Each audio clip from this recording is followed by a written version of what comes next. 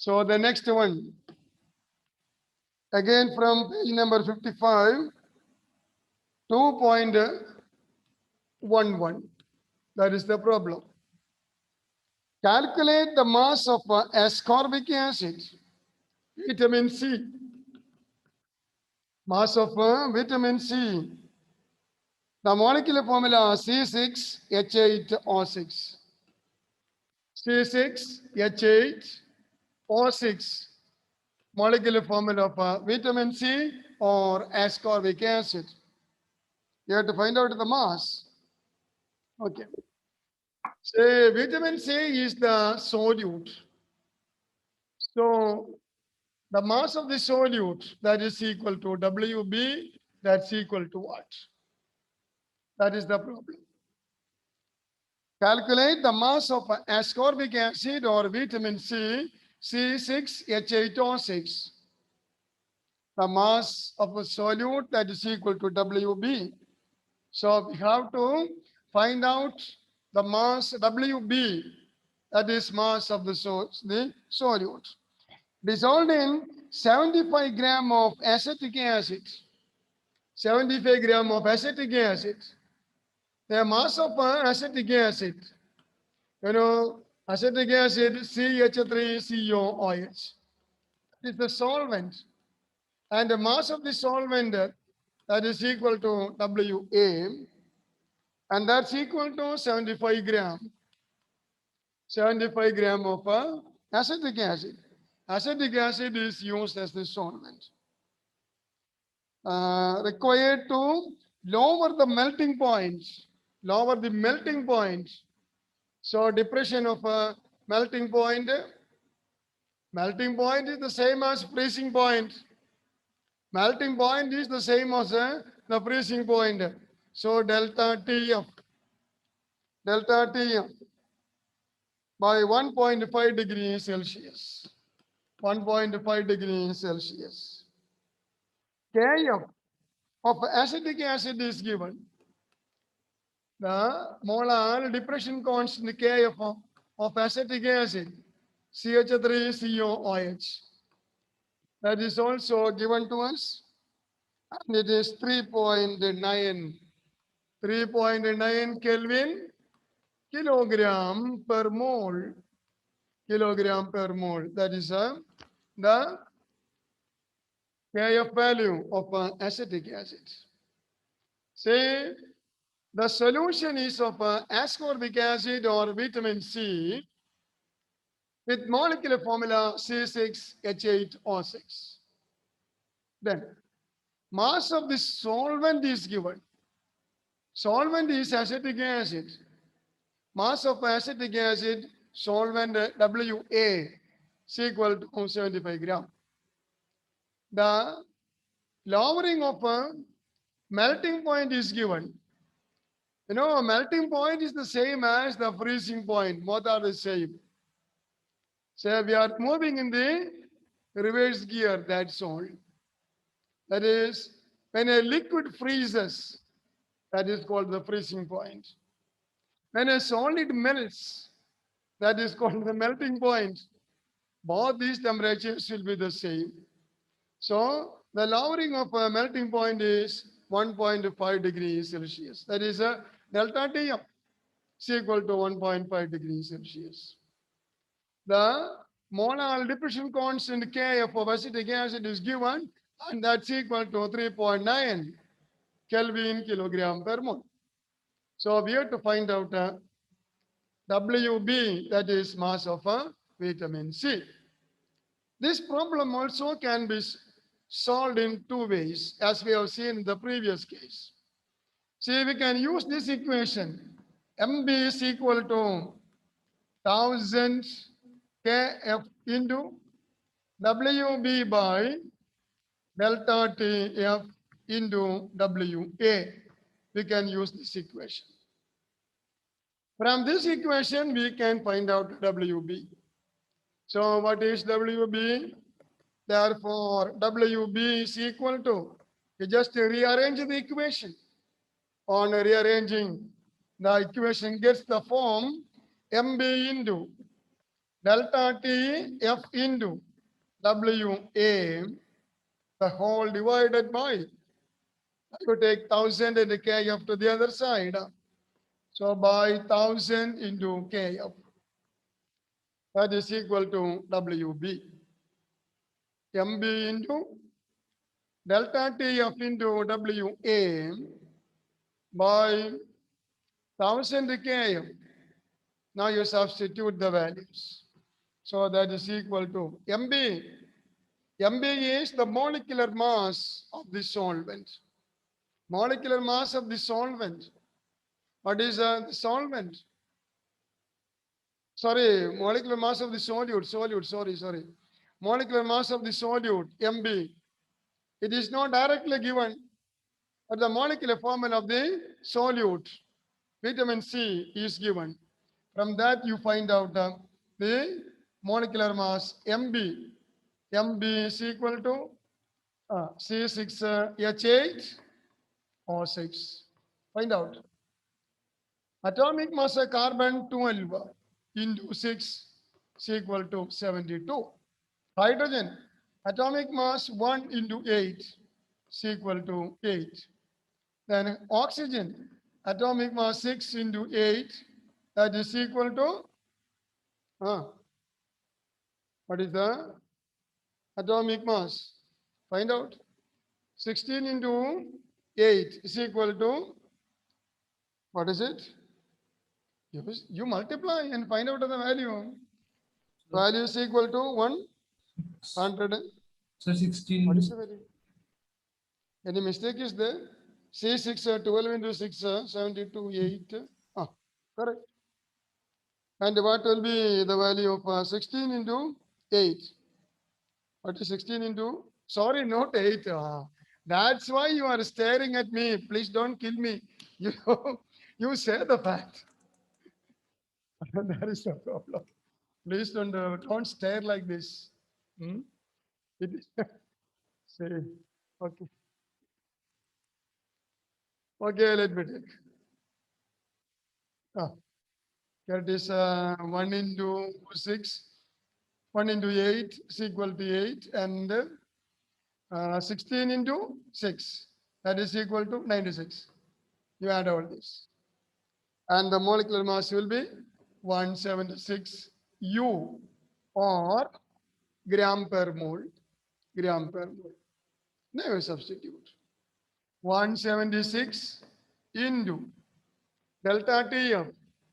That's equal to 1.5 into WA, mass of the solvent, acetic acid, 75 gram by 1000 into KF.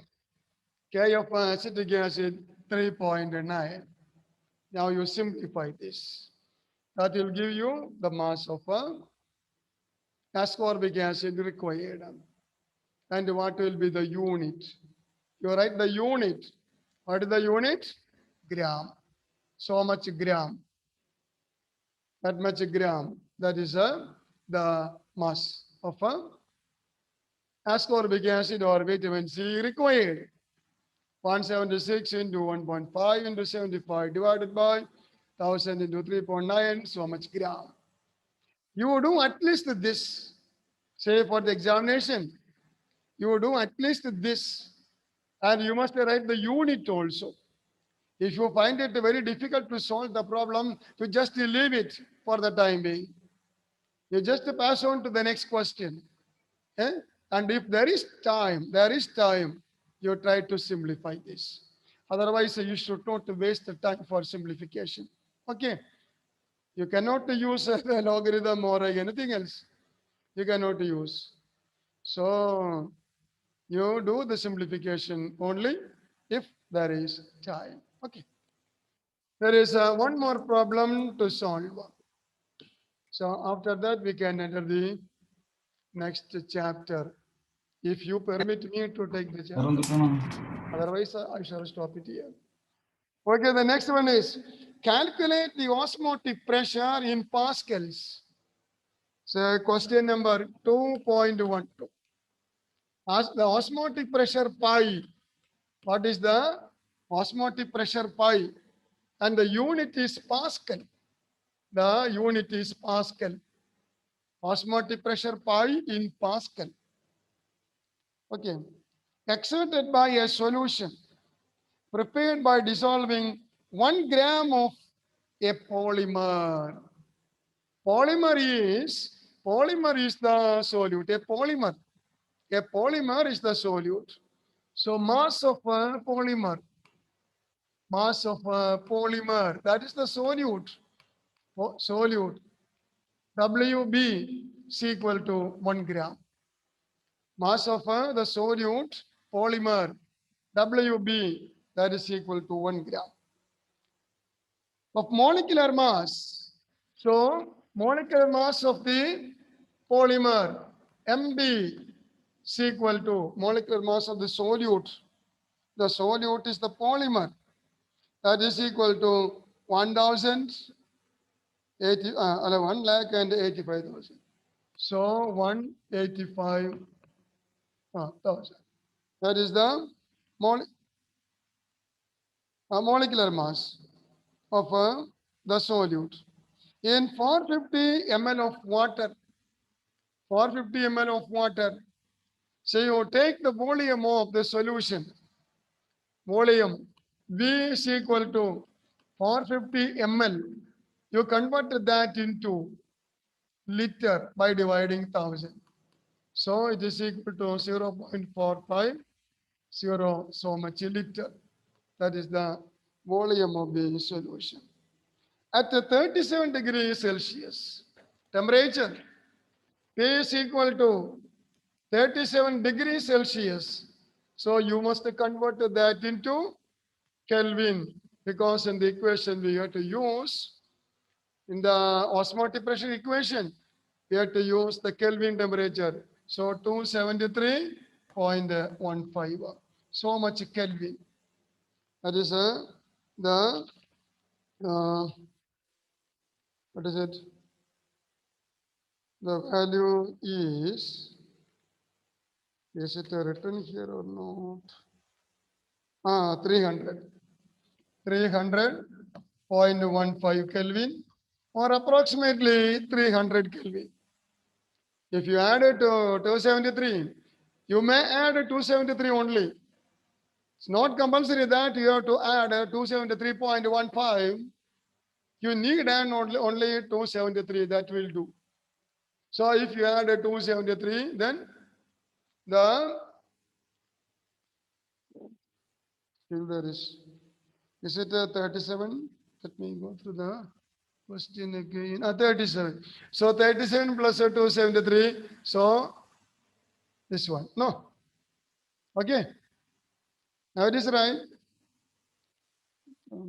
Yes. 310 or 310.15 Kelvin. That is temperature. Now what we have to find out?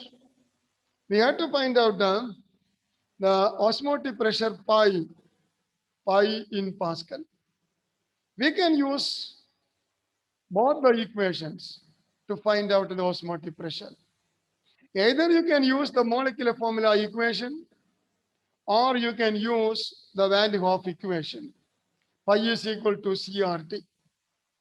You can use either pi is equal to CRT, or you can use the molecular mass equation. Both equations can be used. You will get the same value. Finally, the value will be the same. Suppose you use this equation, pi is equal to CRT. Suppose this is the equation you are going to use. Okay. Pi, you have to calculate pi, CRT. What is C? C is a concentration in mole per liter. Mole per liter. Mole per liter means number of moles of the solute. Number of moles of the solute per liter of the solution. You find it number of moles. What is number of moles? Number of moles. How do you find out number of moles? Number of moles. Okay, I shall write the equation here.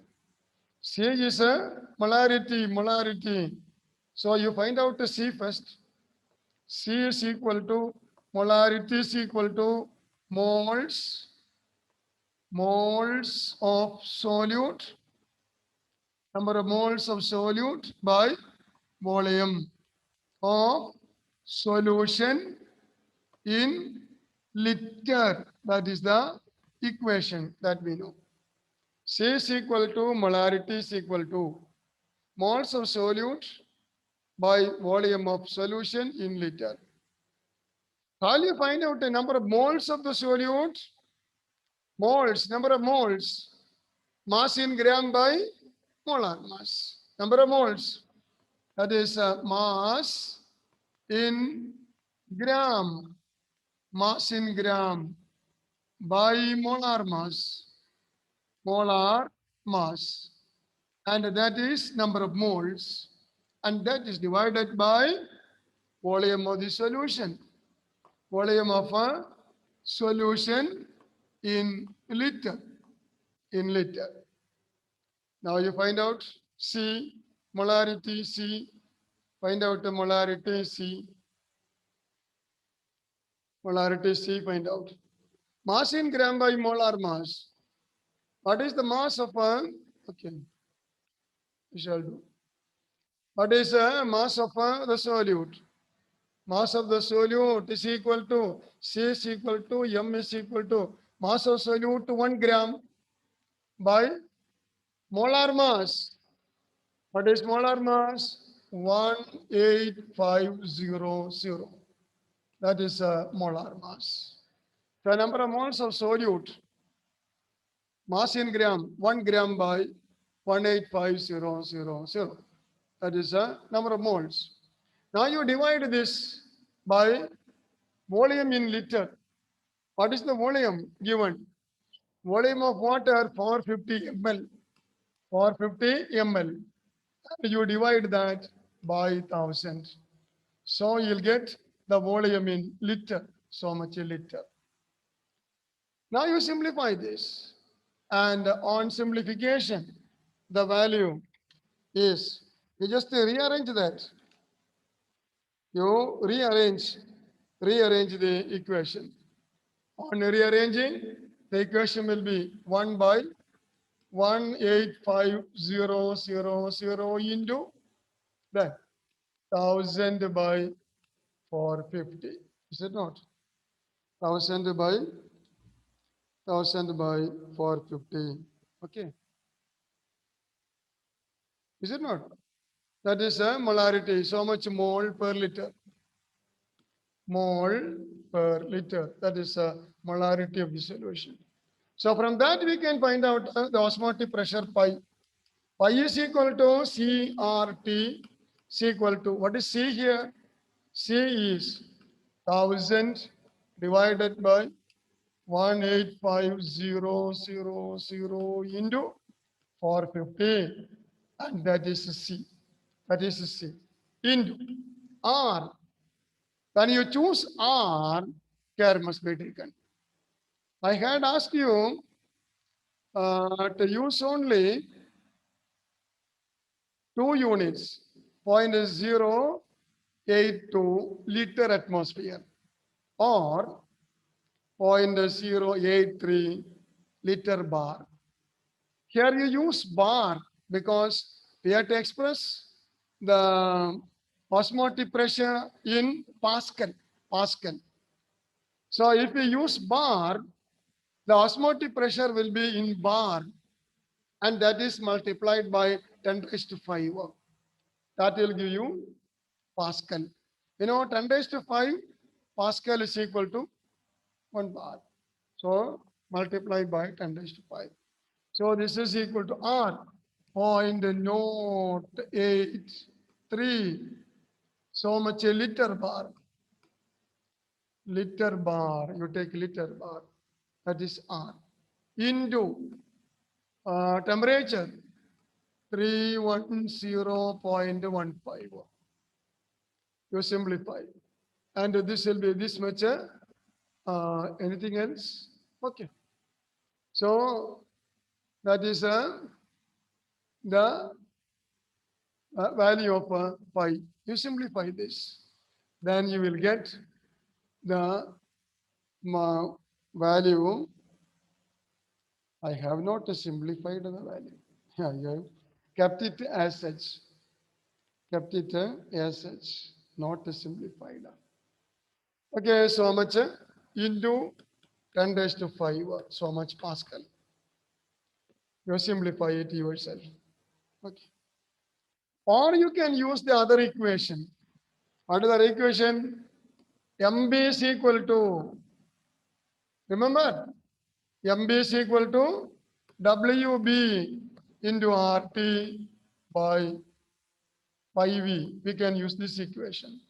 From this, pi is equal to WB into RT by MB into what else?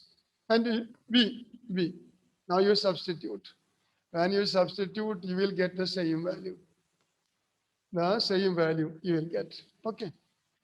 So we can use both the formula to calculate the molecular masses.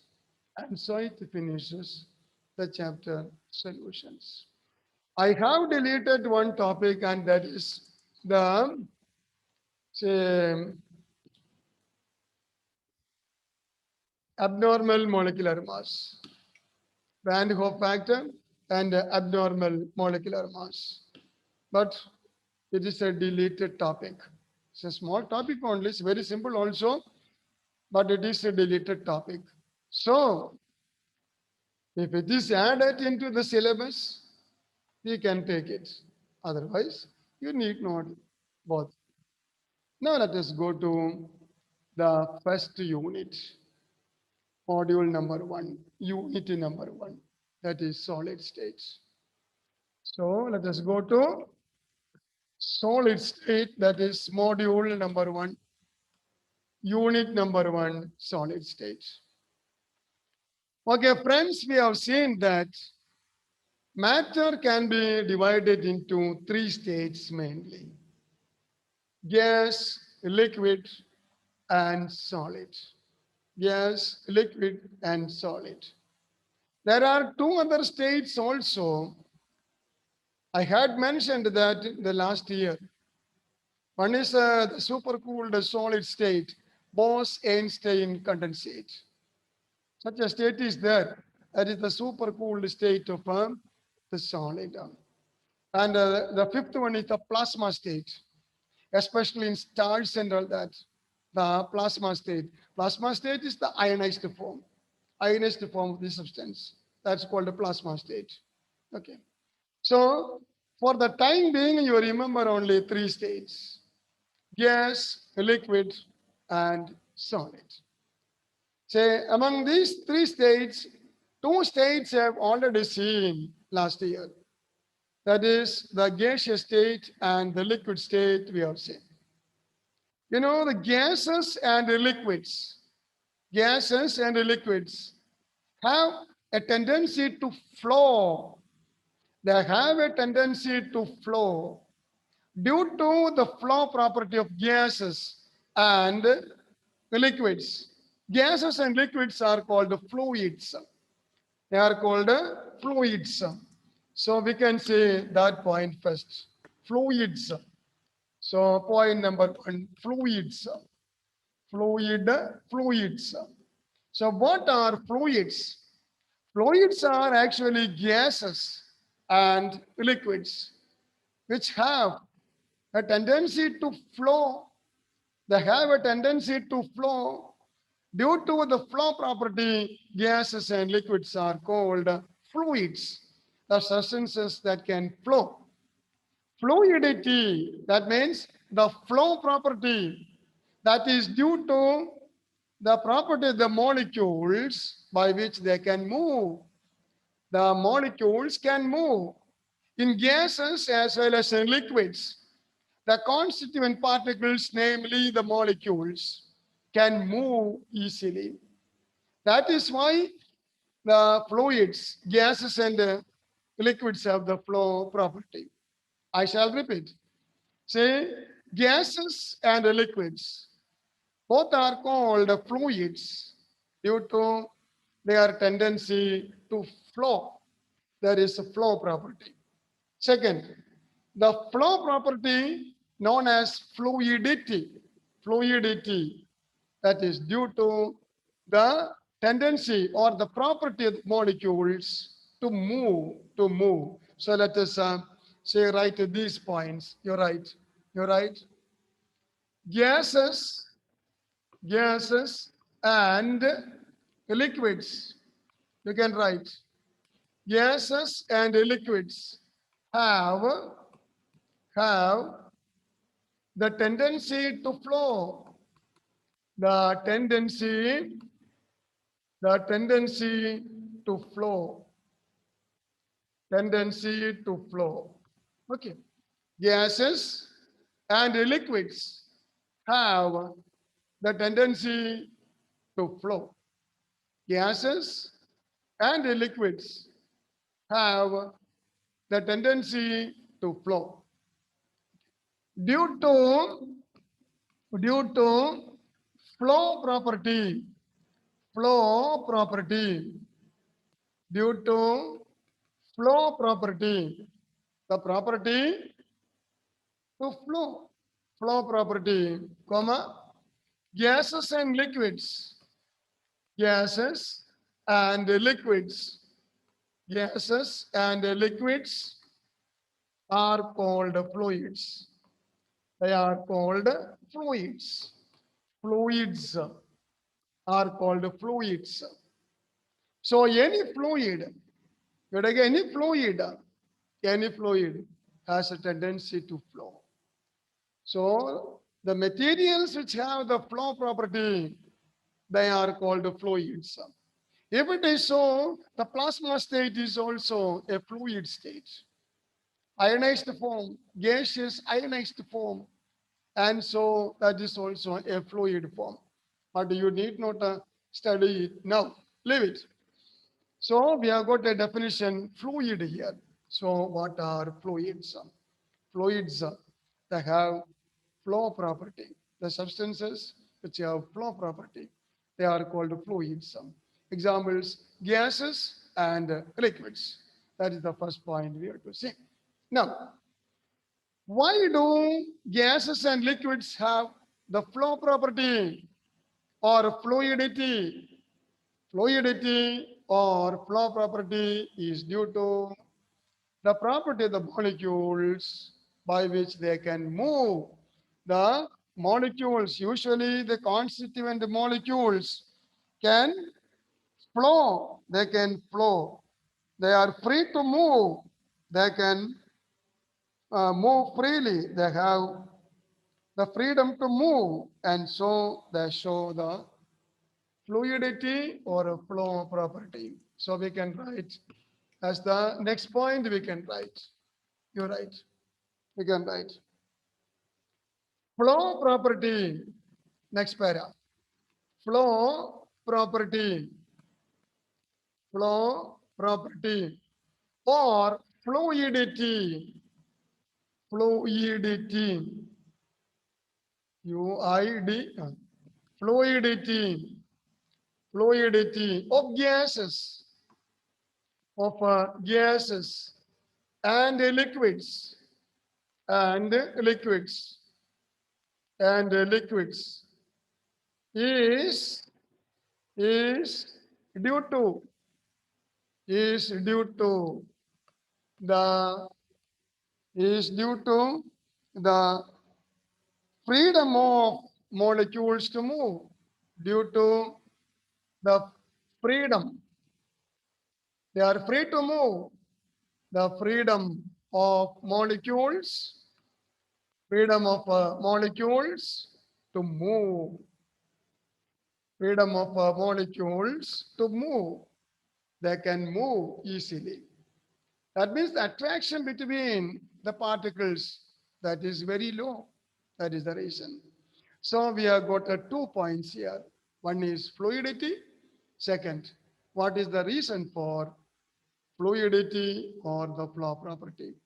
Flow property is due to the movement of the molecules. The molecules are free to move. That is why the gases and the liquid show the flow property or fluidity. So the heading fluidity, that is over.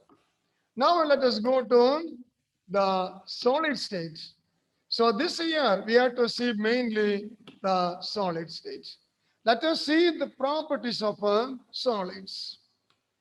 Properties of solids. What are the properties of solids? Important properties of solids. First of all, the solids are not fluids. They are not fluids because the particles cannot move freely. The particles cannot move freely. That is why the solids are not fluids. They have no flow property. Okay. Now, why the solids they don't have the flow property? They are not having the flow property. In other words, we can say solids are rigid. They are rigid. Then solids have definite shape. They have definite shape, definite geometry. Then they have definite volume, definite volume. And what are the reasons for these properties? So properties number one, solids are rigid with a definite volume and a definite mass. One, rigid, they are rigid. Rigidity, they are rigid with a definite volume and mass. Definite volume and a definite mass. Fixed volume and a fixed mass. They are rigid. Rigid means very hard. They are rigid. They have definite volume, definite mass. You can add one more thing. Okay. Second, they have definite shape. They have definite shape. Solids have definite shape. They have definite shape, fixed shape. And what is the reason for this? The reason why solids are rigid, why solids have definite shape, why solids have definite volume, mass, that's a different thing. That's a different thing. If you take a definite amount, the mass will be the same. Nothing, no need of further explanation. But we need explanation for the definite shape or geometry and the rigidity and the fixed volume. We need explanation. The reason is this.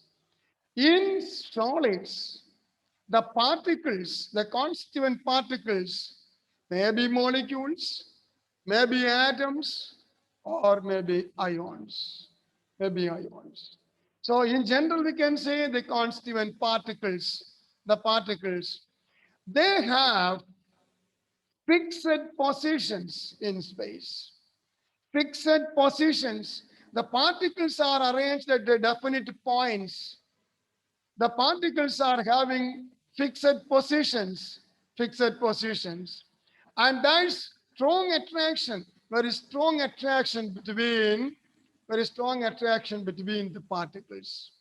That's why solids have rigidity, they have definite shape, and a definite volume also. So we can write that is the third point. In solids, say particles, the constituent particles. The particles may be atoms. In some cases, particles are the atoms. The solid is composed of atoms. Or in some cases, the solids are composed of molecules. Molecules. In some cases, the solids are composed of ions. So the constituent particles may be either atoms or ions or even molecules. In general, we say the particles. The particles have definite positions, fixed positions. particles have definite or fixed positions. Definite positions. Definite positions. And strong attraction, very strong attraction between the particles. And strong, very strong, strong attraction between the particles. Strong attraction, strong attraction between the particles. That is why, that is why solids are rigid. They are rigid because there is strong attraction between the particles. So the particles cannot move freely. They cannot move freely. They have fixed positions. They have definite positions. Secondly, there is strong attraction between the particles. That is because the particles are very closely packed. The particles are very closely arranged as if touching each other. And therefore, there is strong attraction between the particles.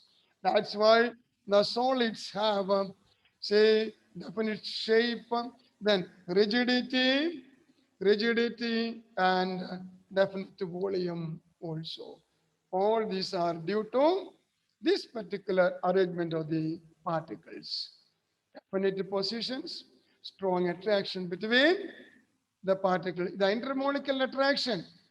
The intermolecular attraction is very strong in, in solids. And due to this, they have definite shape, then they have definite volume, they have definite mass, and they are rigid also. Rigidity is due to very strong attraction between these particles. Okay, so these are some of the properties of solids. The questions may be like this. Say solids are rigid. Why? Or solids have definite shape. Why? Because in solids, particles have definite positions. They are arranged at fixed positions, and there is strong attraction between the particles.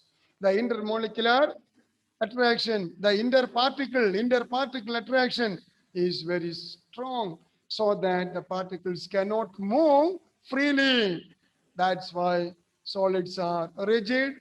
Then they have definite shape, definite volume, etc., etc. Okay. So that's about the general properties of solids. Now we have to see more details about the properties of solids. Let us say one by one. First, let us see the classification of solids. Classification. Classification. This chapter is very simple. It's a very simple chapter. Classification. Classification of solids. Classification of solids. Say, solids are broadly classified into, they are broadly classified into two types. There are two classes, mainly two classes of solids. Crystalline solids and amorphous solids. Classified into two types mainly. And the two types are crystalline solids and amorphous solids. So we can write, solids, solids are classified into crystalline solids. Crystalline solids. But that means crystals. Crystalline solids, and amorphous solids, amorphous solids, crystalline solids and amorphous solids. Amorphous means no shape, no shape. Morphology, the shape. Amorphous, no definite shape. That is the meaning of that. Let us see whether there is a shape or not. We can see it later. So, Solids are broadly classified into crystalline solids and amorphous solids. Crystalline solids are also known as true solids. They are also known as true solids, while amorphous solids, they are called as pseudo solids, or they are also known as supercooled liquids. So let us see the properties of the two classes. We can draw two columns. You draw two columns to explain the properties of amorphous and crystalline solids. We can draw two columns. See the properties of these two. Let us take on the left hand side, we can write crystalline solids. Crystalline, crystalline solids. Crystalline solids are crystals, nothing else.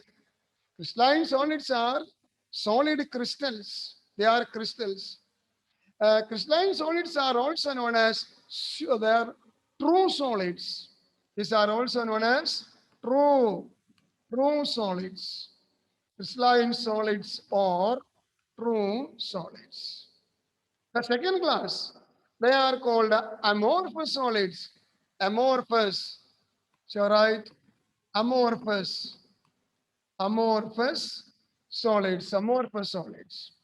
These are also known as pseudo solids. Pseudo. P-S-E-U-D-O-S. See the spelling. Interesting spelling.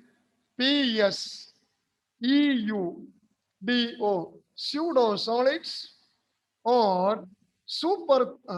You can write that also. Solids. You can write solids also. So amorphous solids or pseudo solids, or they are also known as supercooled liquids. Supercooled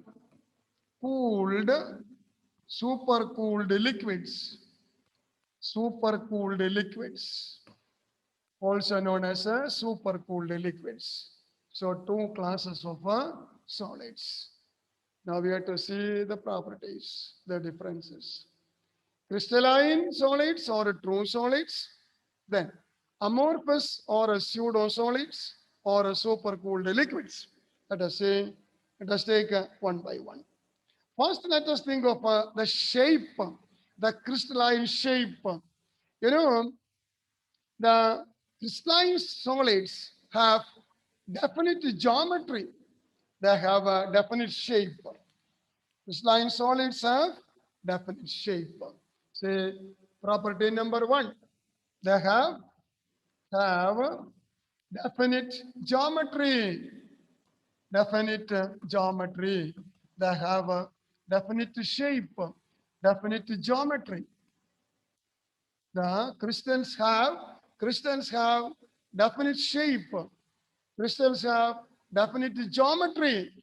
While you take amorphous solids, they have no definite shape, no definite shape, no definite geometry, irregular shape, no definite geometry, no definite geometry, no definite geometry. That means irregular shape.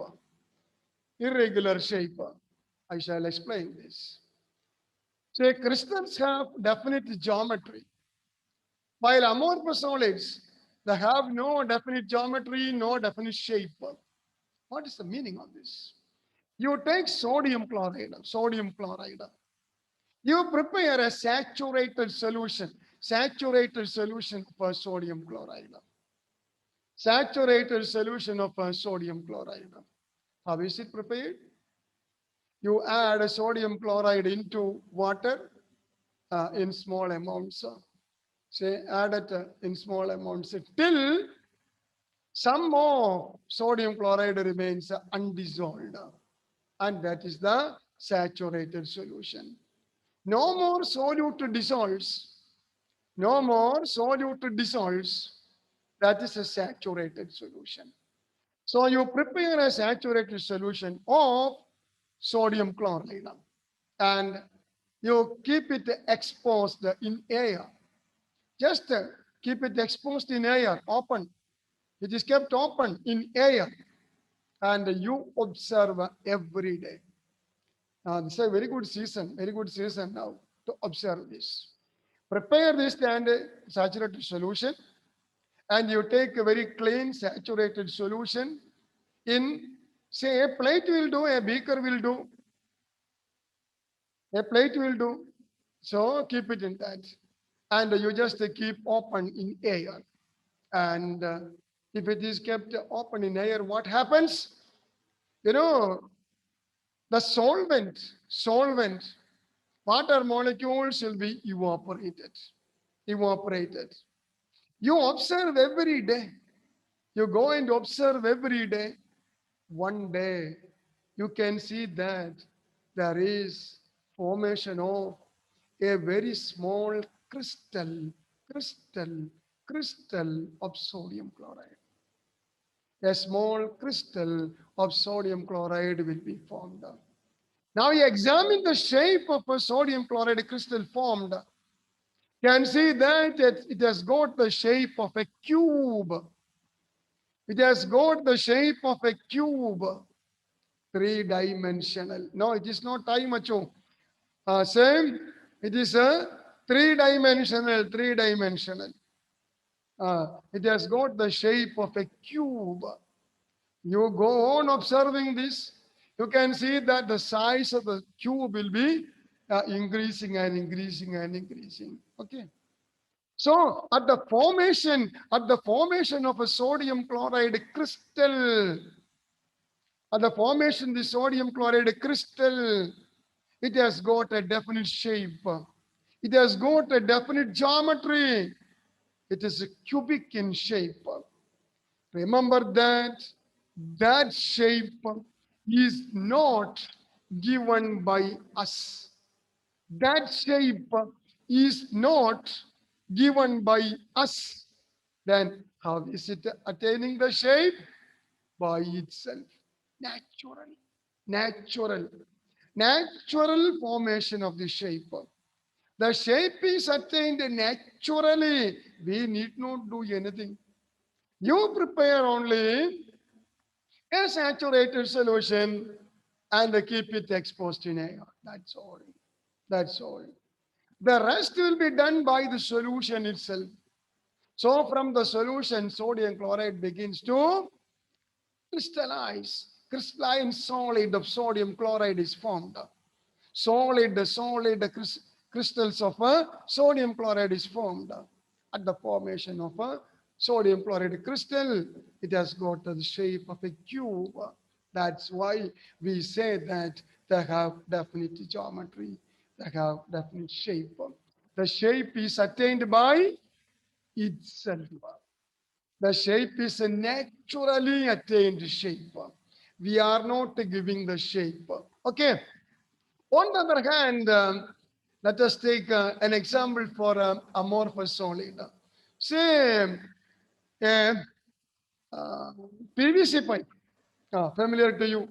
PVC pipe, the gray pipe, you don't know. The gray colored pipe that we use in our home for plumbing. Okay, plumbing, it is you. Same. Do you feel that that shape is attained by PVC, polyvinyl chloride, the plastic by itself? No. The shape is given by us. We are giving the shape.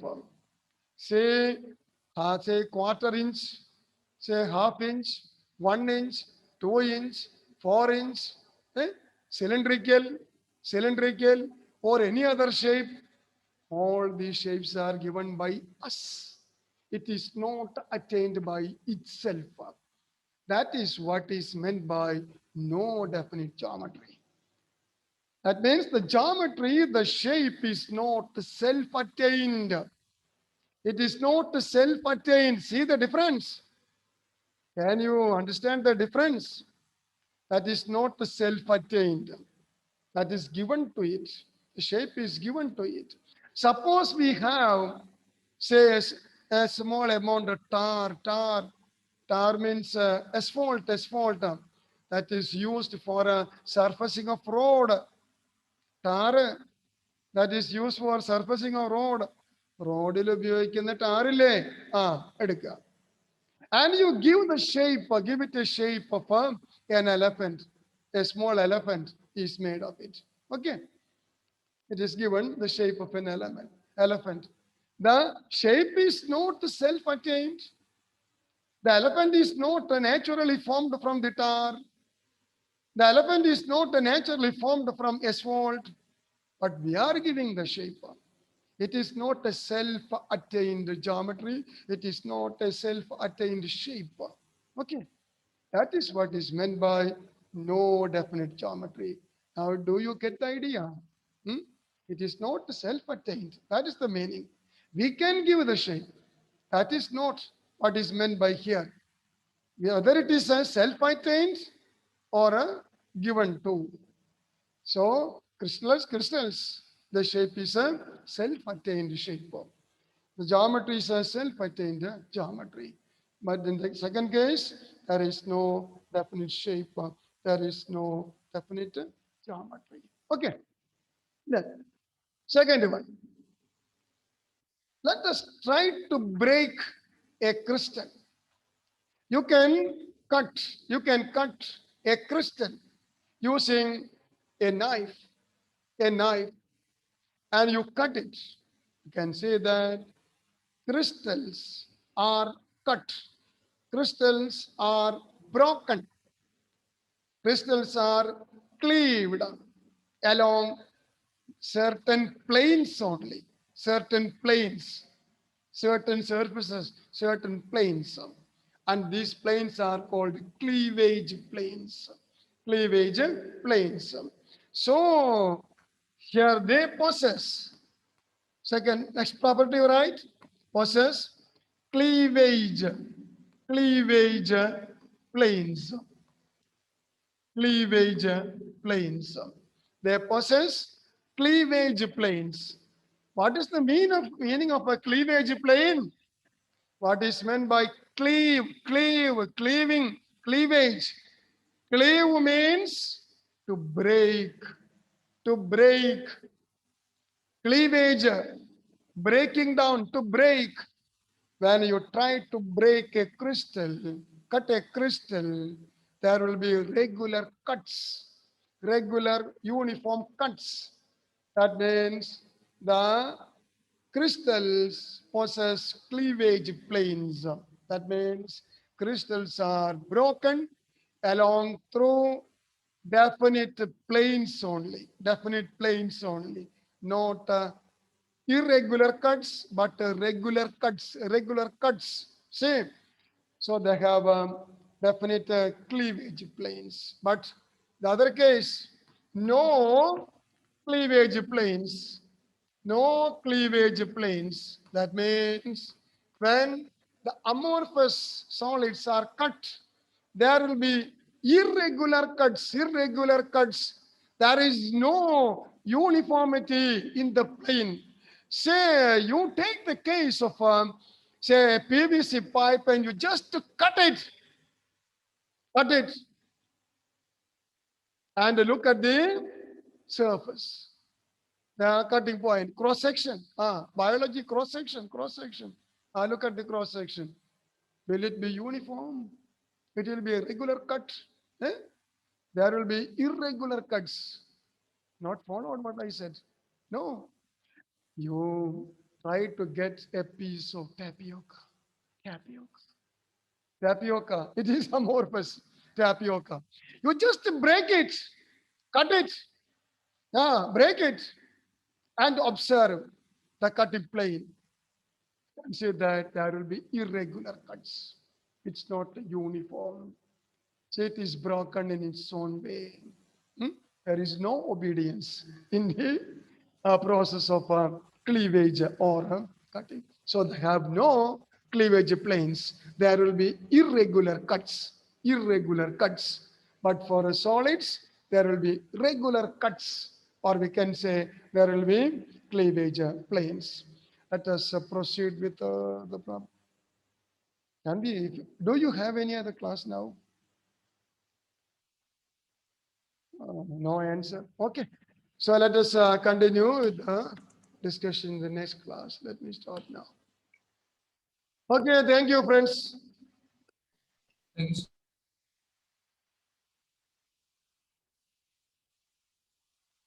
One, two, three, four.